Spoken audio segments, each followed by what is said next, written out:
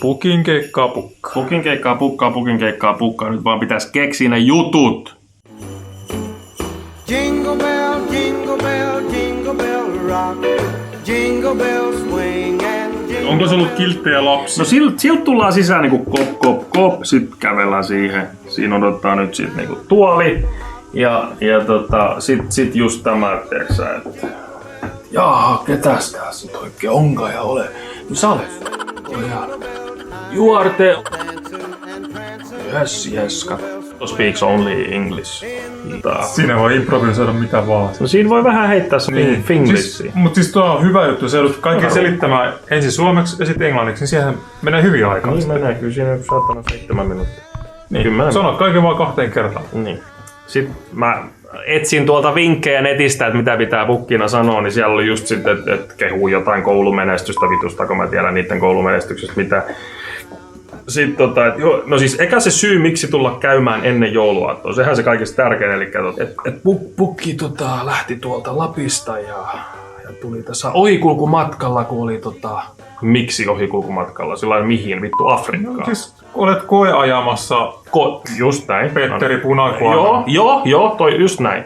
Että kun piti kun täällä ei oikein lunta oo täällä Dubaissa, että piti lähteä koeajamaan Petteri Punakuonoa tänne hiekkadyyneihin. Pysyy sitten aikataulussa, kun H-hetki koittaa. Sä oot ollut joulupukki, selkeästi. Just näin.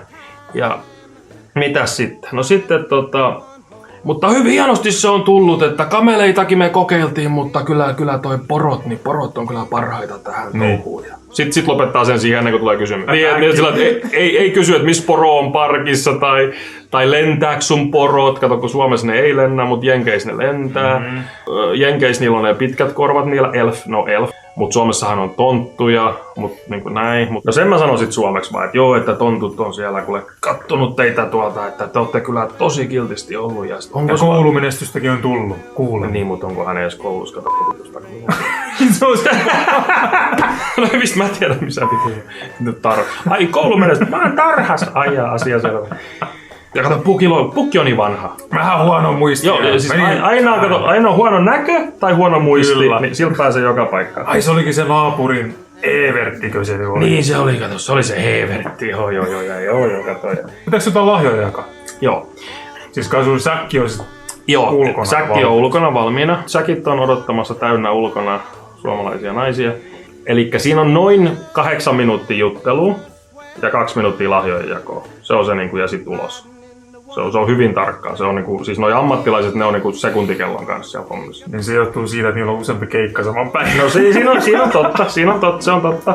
Sitten siellä oli, että älä koskaan ota mitään ruokaa eikä juomaa. Että sul tarjotaan jatkuvasti jotain, niin sanot vaan, että ei. Tai sit pistät keksin taskuun, mutta niinku, että älä syö siinä edessä mitään, koska ensinnäkin se parta menee ihan vituisesti. No se näyttää vähän unprolta ja aikuiset miehet tarjoaa aina shotteja, niin aina no. Ja näin, no se on ihan ymmärrettävää.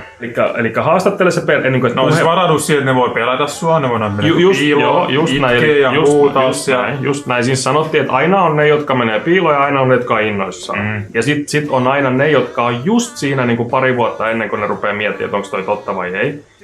Niin ne kyselee kaikista eniten.